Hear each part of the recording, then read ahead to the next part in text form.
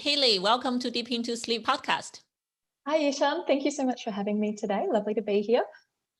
I'm so happy we get to connect across time zone. I know I'm in America, you are in Australia, right? Yeah, yes, Melbourne, Australia. So very different time zones at the moment. Yeah, great. So do you want to introduce yourself to our audience? Yeah, sure. So my name's Haley Meekham. I'm a psychologist here in Australia, and I guess have a special interest in sleep and insomnia. So I currently work at St Vincent's Hospital, which is a public hospital here in Melbourne, where I work with people experiencing sleep disturbances, to look at psychology-based approaches to help them sleep better. But in my other time, I'm doing a PhD at Monash University, which is a big sleep centre or big university with a big focus on sleep here. And looking at training of healthcare workers, in particular psychologists, in sleep and insomnia management. Wow, that's so cool. Regarding your research project, I do have a question. Yeah, Since sure, go for it. a lot of people ask me how they can find the right help, right? Mm-hmm. How they can find a healthcare provider who understands sleep, who knows how to treat it, or at least where to refer them. Mm-hmm. In your research, have you noticed anything that in the healthcare field, what that look like about the sleep knowledge? Yeah, no, great question. And I think it's, a challenge in our current healthcare space. One of the things we know is that throughout kind of, graduate training or, even sort of basic medical training, there's not a lot of sleep education delivered, to general healthcare workers. So a lot of the research does show sort of, especially in America, there's only about 2 or so hours of sleep education delivered to doctors, to physicians. So it doesn't often give them a really good solid base, to have these conversations with their patients. So it's often people kind of with a special interest or, wanting to take extra training where they go and find more of that information.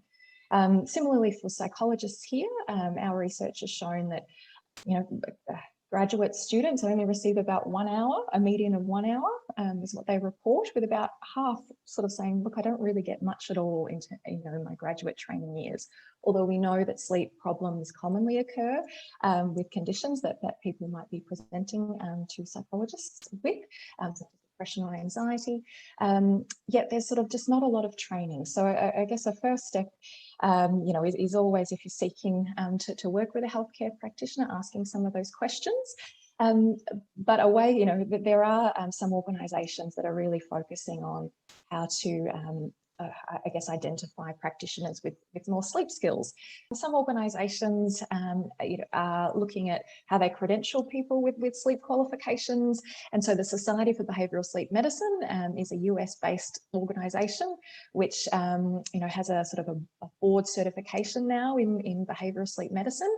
So there are a range of healthcare professionals that will have that sort of accreditation or to become a diplomat in behavioural sleep medicine. And the Society for Behavioural Sleep Medicine does have a great website which has sleep practitioners all around the world, where you can look up in your local area and find someone that's qualified. And there's a similar process for physicians as well, where they might be certified by the American Academy of Sleep Medicine or other things. So there are some ways to know, but even just having those conversations with your healthcare practitioner, and if they're not too sure, asking for referrals. There are a lot of sleep centres around the world, where people can sort of access.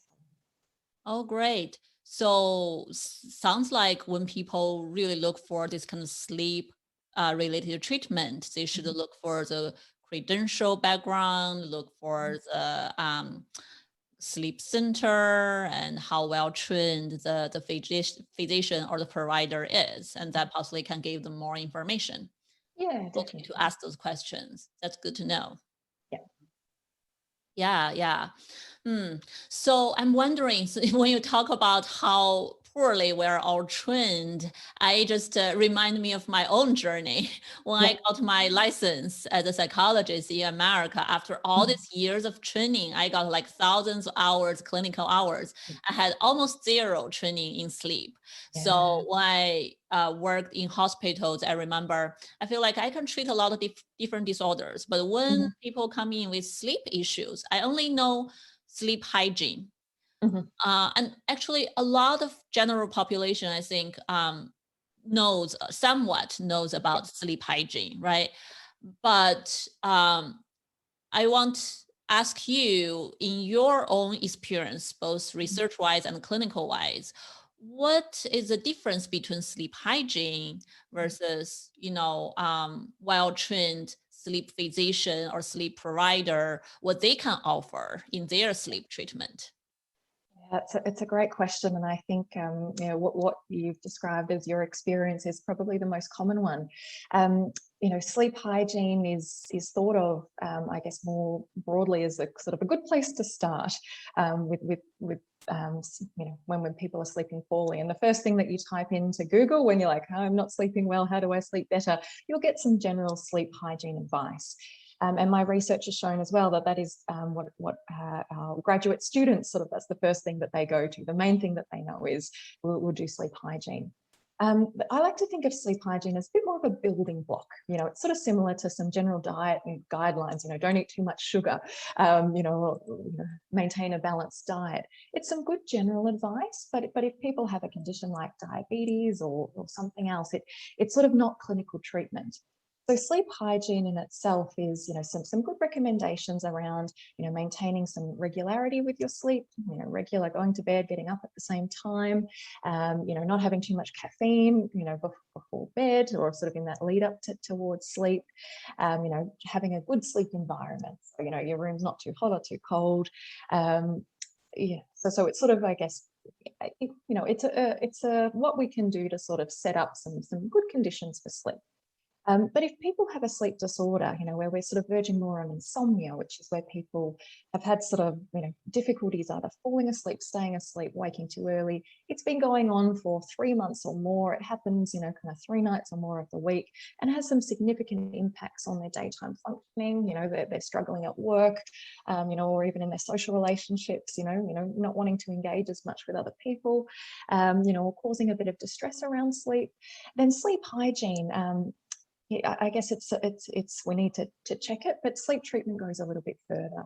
What we're looking at is, how sometimes when we're not sleeping well, how our stress around sleep increases. How our thoughts, how much we sort of worry about sleep. Oh gosh, I've got something important on tomorrow. What if I don't sleep well? How am I going to cope? Often people that have sleep problems like insomnia might have really good sleep hygiene, but there's still a lot of, I guess, worry, distress around sleep. And also sometimes, behaviors, keeping a regular sleep pattern. Whilst for the general population, that's good advice. Sometimes people might get into bed too early when they're not actually sleeping. So, for some people, it might be staying up a little bit late, keeping a regular get up time, but staying up a little bit later.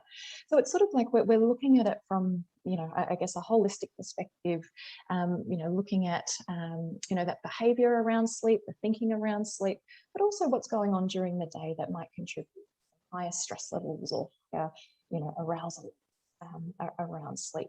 So just to sort of cycle back, sleep hygiene, it's some really good general advice, but we sort of view it more, and it's a great place to start. So if people are having sleep problems, checking in on those tips are great. But if you've done these things and still having problems, that's where we'd sort of say, okay, we probably need to look at this in a little bit of a different light. And working with a professional that does have sleep skills can really help to kind of nut that, those factors that kind of keeping the sleep. Yeah, so it sounds like sleep hygiene, possibly the surface level Yeah. help. For Mhm. some people, possibly that's enough. So for some people, it's Mhm. not. Mhm. A professional can really help you dive deeper and Yeah. solve the deeper problem. Yeah. Yeah. I think that's a really great way to look at it. Mhm. Yeah, cool. So, uh, then a lot of people start thinking, when do they know whether they are capable of helping themselves or Mhm. it's a time for them to look for a professional? I think we see a lot of people clinically, they all think they sleep in a certain way, right? There's a Mhm. lot of self misperceptions possibly Mhm. towards sleep. The most common question, one of the most common questions I got from people is, how can I tell whether I'm awake or I'm asleep? Mm. I think I did not sleep the whole night, and then Mhm. now I'm panic, right? Doctor or someone, you have to help me. Is that true? How people can really tell they're sleeping or not? Yeah, it's so interesting. It's like our perception of sleep, and sometimes even if someone comes into the sleep lab and we do a sleep study, what they report about their sleep and what we actually measure when we have sort of EEG, so that we're looking at brain waves and other physiological measures, can differ quite a bit. So that question, how do I know when I'm asleep? It's one that our our perception and objective measures don't often measure up, kind of match up. I think for a lot of people, it's, if we're sort of really busy and what we call hyper arousal, where, we're a little bit worried about sleep, we're out, our mind is very busy and we're sort of, a little bit hyper vigilant around sleep. If we sort of fall asleep, but we wake up quite close to when we fall asleep and then maybe fall back asleep, our brain kind of puts together all those bits of wake. So it'll say, okay, I was awake here and I was awake here, therefore I must have been awake that whole time. Whereas if we actually do a sleep study on, what we might see is that they were awake here and then they went into some lighter sleep and then woke up again. So then they might be getting a little bit more sleep than sometimes what it feels like. And to sort of feel like we're getting a nice sort of solid sleep, it's more, I guess, having sort of a continuous kind of bout of sleep, especially at the start of the night. Important. But for, I guess when people to sort of seek help, if they're feeling like they're not sleeping at all, or feeling like that, that their sleep is kind of not really refreshing, they're feeling awake a lot of the time and not restorative, and that's been going on for a little while, and they've put some, kind of done some sleep hygiene and some other things to try and help, and it's not getting better, that's often a good time to sort of seek some help. I'm sure you probably see the same thing, but in my clinic, I'll have people that have battled with sleep for many, many years. And sleep's, it's a bit of a tricky beast, in that, it might not happen every night. Sometimes, I guess people will have some trouble with sleep, but then it settles a little bit. But the moment some stress comes along, it gets worse. So it can be a bit up and down, and often that process of, oh, look, I'm doing a bit better, I can, I don't need to seek help. It's, might be expensive, or they've got busy, got other things, and sort of hoping that it kind of goes away and settles. But in general, if it's been going on for a little while, 3 months or more, and it's having some impact, kind of seeking some help, or looking at what is the next level from sleep hygiene, sleeping better, can be a good thing. But yeah, that working out whether you're awake or asleep, it can be a bit challenging, for sure. Yeah, so interesting. So our audience possibly should really get from this and remember how we think we are sleeping, Mhm, not mean how we actually are sleeping. mhm. It's possibly difficult for us to tell just by how we feel, and possibly not very accurate, right? Using a watch or something to measure it. Yeah.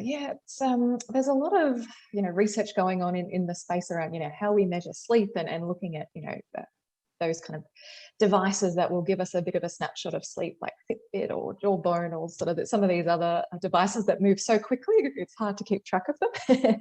And what we find is that for someone who's a pretty okay sleeper, they're pretty good at looking at total sleep time and giving us some sort of more general measures of sleep. But when someone does have a condition like insomnia, whilst they're okay, they sort of don't necessarily pick up that perception of sleep. So if someone's lying there still, not moving much at all in bed, but they feel like they're awake, the watch might tell them that they are a little bit more asleep than what it feels. And similarly, if they have a lot of movement and restless and they're moving around a lot, but their brain might be asleep, it's going to tell us that they're probably getting a little bit less sleep than what they might be. So I think these devices are really useful at giving us a bit of a broad picture and an estimate of total sleep time. But if we're not sleeping too well, sometimes the numbers might be a little bit skewed in one way or the other. Using these devices to give us a bit of a picture. But if your experience doesn't always match up with what the device says, it doesn't mean that device is always true. And similarly, perception of sleep. Sleep still might not feel great, but you might be thought. But it's a tricky area, and you know, having these conversations, you know, are really important with, you know, with your healthcare providers, and you know, just trying to tease out what might be going on that's impacting sleep. Because if you know, you feel like your device is saying you're asleep, but you don't feel very, you know, that you're asleep or that you're well rested, it's a little bit of a signal that we want to have a bit of a deeper look at sleep. And you know, and what might be contributing to that of wakefulness. How do we help you to feel like you're sleeping better, and feeling better during the day? Mm. Yeah, I think that's very important for us to be aware of and remember. And one thing you mentioned earlier is this hyper arousal piece, Mhm. this stress. When you talk about that, I was just thinking, what an interesting negative loop, right? Is Mm. that like a lot of people say, I feel so stressed out because I haven't been sleeping well recently. Mhm. Mhm. But who knows whether it's because they already feel stressful from something in life, from Mhm. work, and then they become hyper aroused at night, could not Mhm. sleep well, and then got exhausted further and start worrying about sleep. So it's really hard to tell which one impact which, right? Yeah. Definitely. It sort of becomes a bit of that sort of vicious cycle where, you know, kind of one feeds into the other. You know, so and it can be really frustrating for people, you know, oh, you know, I've got a, you know, stressful workload, or, you know, got lots of things juggling, kids, work, all these things, you know, and they're not sleeping well. But when we're not sleeping well, then, you know, it makes it harder to sort of, you know, tackle our, you know, our daily stresses, and kind of bounce back. But that sort of worry about sleep, you know, it doesn't, you know, it's so hard when we're sort of really wanting it and craving good sleep. But that sort of that cycle really can kind of take hold. So it becomes, you know, it's really challenging for people where, you know, just reducing stress during the day can lead to some improvements. But if we don't sort of address sometimes that hyper arousal, you know, at night, and that sort of, you know, relation, I guess, how our stress around sleep in particular, and worry or anxiety around sleep can kind of, you know, feed into that as well. You know, so if we sort of, you know, we kind of need to tackle a bit of both, I think, is often what I see. Yeah. Right. So that bring up a question, since we are still at the end of pandemic, hopefully the Yeah. end of the pandemic. Yeah. And I remember you post some papers on your social media and talking about how COVID has been impacting people's sleep. So I'm wondering, based on your research, your clinical observation over the past, I would say 1.5 years by now, Mhm. how people's sleep look like? Are they really impacted by COVID a lot? Yeah, and it's, you know, when you say a year and a half of being in the pandemic, it's been sort of a year, you know, year and a half like no other, I think, many of us have been through in our lifetime. And you know, when, you know, the sort of, when we sort of first got news of you know, COVID-19 and the pandemic sort of unfolding, my sort of direct PhD supervisor and a team of us at Monash, we were sort of like, well, this could be huge for people's sleep. You know, there's a big natural stressor coming on, and you know, it's not only a pandemic, but what that means for everyone. You know, here in Australia, you know, we've had a lot of lockdowns, and whilst we haven't had a huge amount of cases of COVID-19, but we've had some quite drastic measures in terms of lockdowns. You know, here in Melbourne, gosh, we've had 5 lockdowns, which, you know, we're not really allowed to leave the house for any other reason than to, you know, seek medical care, get essentials, and, you know, changes in routines, working from home, you know, not having our social, you know, outlets and hobbies, and you know, all those things. You know, although, as I said, we don't have as many cases here, we've still had massive you know, changes to the way we live our lives. And around the world, you know, there's many different stresses, and, you know, I guess people, you know, in the virus, and also kind of, you know, losing loved ones to it as well. So there's been many really tough things that have happened throughout the pandemic, you know, for stress, but also changes in our sleep-wake patterns. So we did some research around, you know, looking at the pandemic as sort of a, you know, this precipitant, you know, something that's triggered sleep problems for people. And finding that we don't have prevalence numbers from our research, but the response to our survey and people kind of reporting, wow, I'm having these difficulties with sleep which I've never had before, have been really, really huge.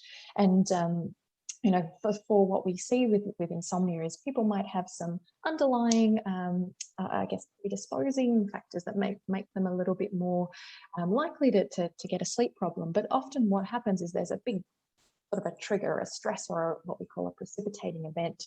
And I think the pandemic, may have acted like that for many people, where there's been, stress or a change in routine, change in sleep-wake pattern, which has then sort of led to some difficulty. So, I think in general media, you may have heard, a lot of reports, in the general media about people reporting sleep problems, or, having more really crazy pandemic dreams, and kind of really struggling with their sleep. And that's something that is coming out in the research. There seems to be, in terms of sleep disturbances, while the prevalence figures, it's a bit hard to sort of tease out, but, kind of estimates from more cross-sectional research is that, in general, more general sleep disturbances, the prevalence rate has increased probably around 25 to 30% in general pre-pandemic to around 40%. So we are seeing some increased numbers of people reporting poor sleep. But I think as, the research kind of develops, there's some more kind of robust prevalence studies that are hopefully coming. We'll get a bit more of an understanding of, those acute sleep disturbances, but also who may kind of develop some more ongoing things. So I think insomnia is a big one, but also, there's been a lot of other research looking at changes in sleep timing. So some early studies came out showing that people, were sleeping a little bit later, getting up later, maybe spending a little bit more time in bed and getting a bit more sleep. But interestingly, sleep quality may not have, been that much better. It might have been a little bit worse. More time in bed, but not necessarily getting, better quality. So, definitely reports of people's sleep being impacted in more of a negative way. But quite interestingly, we found that there's a small population of people who perhaps had sleep problems prior, or, living sort of, where they have to get up early for work, a lot of stress, a lot of busyness. And the pandemic also, has created an opportunity for some people to become less busy, to be in a bit more control of their own schedule. Not have to travel an hour and a half to work, so they can stay in bed and have a little bit more sleep.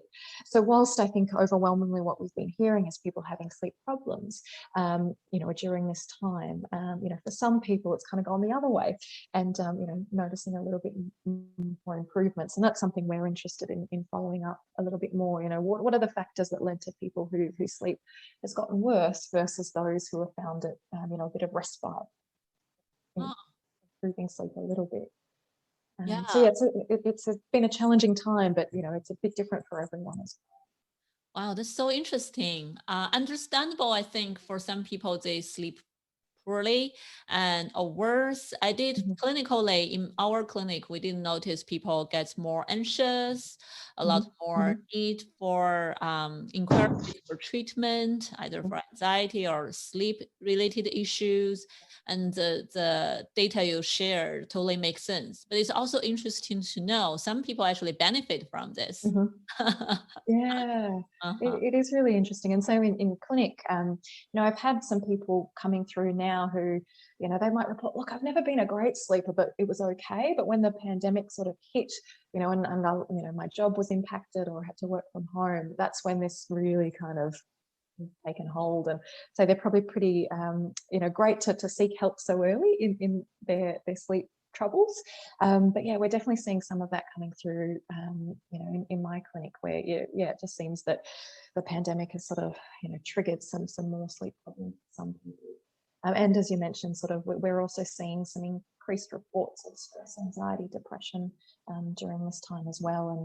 And it seems, research is still unfolding in this space, but it seems that, early on there was sort of a bit of a spike in people reporting these symptoms. And it'll be really interesting to see as sort of the research comes out how this changes over time. Seems like that maybe rates have settled down a little bit, but there's a lot of, I guess, reporting bias where it might be people who are doing better of continuing with long-term follow-up studies. whereas people that are still struggling might not have the space to, sit there and complete a half an hour online survey about their health. So, as we go, we're sort of learning more, and I think for people having, being able to reach out for services and knowing where to go. And also there's a lot of online, mental health services as well, which I think you've got a bit of an interest in as well, that they create opportunities for people to reach out for help, whether it be sleep or mental health. And, I look to start, how do I start to better or feel better? And a really great, these more digital interventions have a really bigger scope to help in this space. That's really cool. Definitely. Personally, like when you talk about that, I think, oh, I can totally relate. I think since pandemic, I definitely have more time to sleep. Um, and my sleep schedule, I think, shift to later, but I'm not sure how well my sleep quality actually improved. Yeah. Yeah, it's interesting, isn't it? Yeah, wow. So I'm wondering, our audience who are listening right now, what everyone's situation look like, right? Yeah. Maybe we can get some feedback. Anyone, if leave us a comment, I will let you know. So based on your research, after noticing some of this initial findings of how pandemic has impacted us, our sleep, any like clinical or any tips, advice you normally give to your clients in your center? Like what can people think of? What can be helpful that people can try of to improve their sleep quality? Yep. Yep. There is a lot of sleep tips out there, and it sort of, I guess it will depend a lot on that person's individual situation. We've got a study under review at the moment where we looked at people that had more acute sleep problems, so sort of less than 3 months, and looking at, what are the factors associated. And we did see, people kind of increasing their phone usage before bed, was definitely significantly associated with having, acute insomnia. Also, people who shifted their routines a lot was also impacted. So again, sort of, I guess, coming back to some of those general sleep hygiene sort of guidelines, if it's an acute problem, keeping sort of, sort of a fixed wake up time, sort of trying to keep in line with sort of regular routines. And, we know that looking at sort of a lot of pandemic related info before bed, it can really sort of stress us out a little bit more, but also might keep us alert and a bit more hyper aroused. So we're not sort of, in a state ready for sleep, or even just kind of displaced.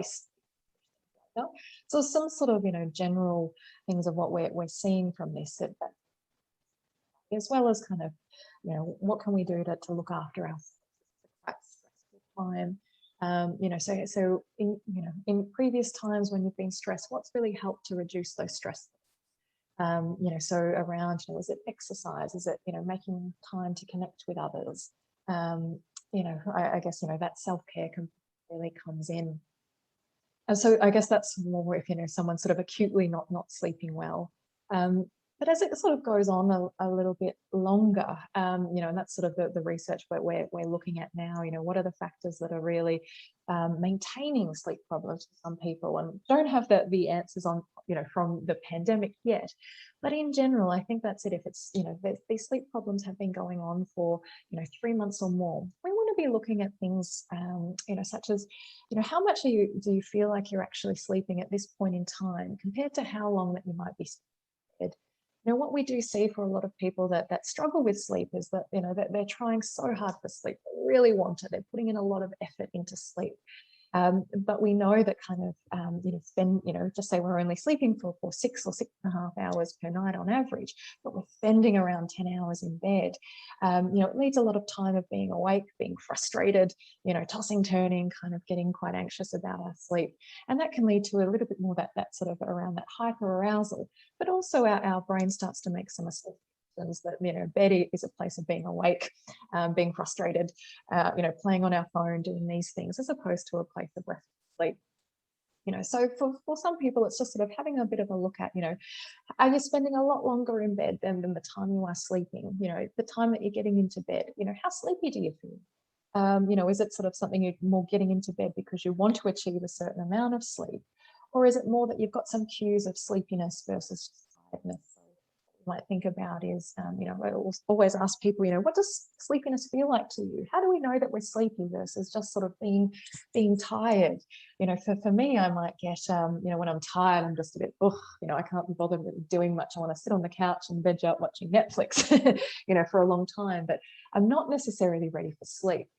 If I'm sleepy, I might be yawning a lot. My eyes might be kind of, I'm trying to read or do something and I'm kind of getting the nods. It's kind of hard to sort of stay awake, to sort of keep my attention on what I'm trying to do. So they're sort of qualitatively a little bit different, so having a look at your sort of sleepiness cues as sort of the prompt to get into bed. As opposed to sort of, it might have been pre-pandemic, you got into bed at 10 o'clock and because you were getting up really early, that was, that worked well. But now as things have changed, schedules changed, it might, sometimes if you're not sleepy at that time, it might be worth just staying up a little bit later and going for some quality over quantity of sleep. But I always say these are sort of sometimes hard to do on our own, and if sort of unsure, reaching out to a healthcare professional that can give some guidance around sleep, or looking at some online, kind of programs around sleep, which there are a lot out there now, and looking at sort of some, whether it be someone who's had some training in sleep and developed these programs, and there's, other evidence-based sort of online or digital, insomnia and sleep interventions that can be really a great place. Mm. Yeah. Wow. So great to know all resources are available. Mhm. And sounds like really it's a good question to ask ourselves. Are Mhm. you sleepy or are you tired?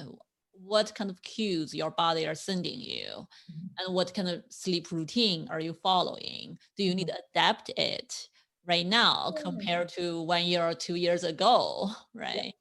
Mm. Yeah, I think that's a great point. It's sort of adapting, that's it.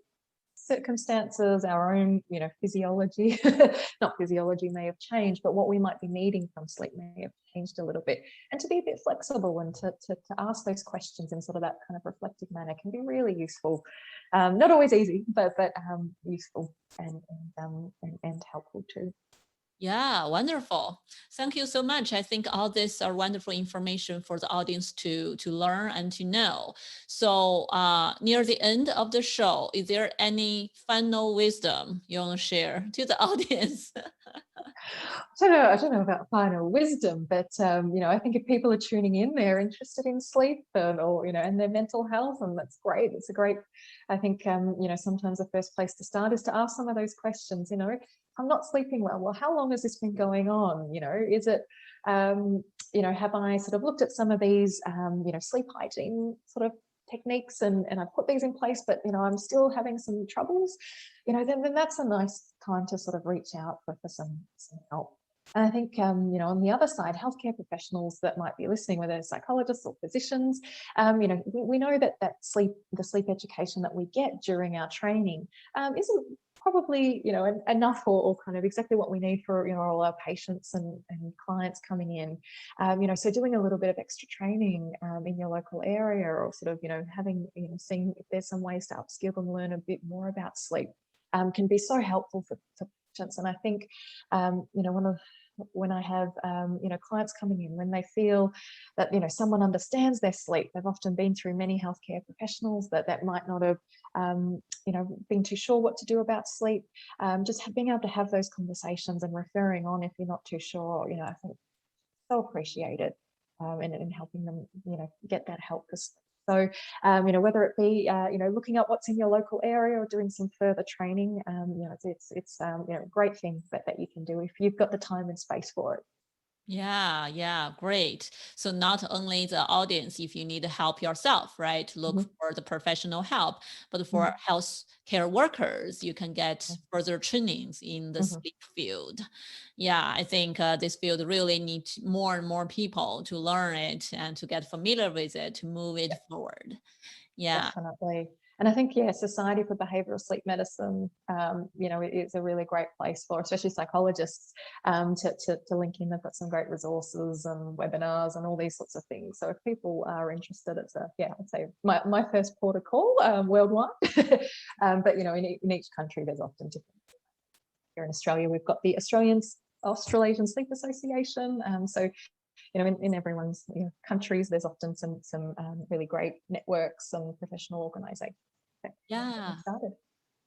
Great to know.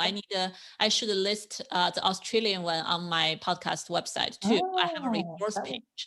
Sometimes I get people from other countries asking me, where are the local resources? Oh, cool. Yeah, well, we can definitely get those details to you, because great organization, and there's a lot of people, sort of local resources, I think, are super helpful. So that would be if there's any links you want to share with me, I will put it online. That would be great. So if any our audience want to know more about your work, do you have a website? Do you have anything they can follow and read more about your research or your clinical work? Definitely. Well, I'm, we sort of met on Twitter, so you can definitely follow me on Twitter. I'm at sleeppsych_Oz for Australia. So, I can put my link there. But also I've got my website, which is hayleymeeklinpsychology.com.au. So, feel free to reach out to me by there as well. Great. I will put all the link on the show note. So when people listen, they will be able to find your information. That would be great. Thank you so much. Thank you very much, Hayley, for coming here and sharing all this wonderful expertise of yours. Thank you. No, thank you so much for having me. It's been a lovely chat. Thank you for watching our videos or listening to our podcast. If you like our show, please feel free to subscribe, like, and share it.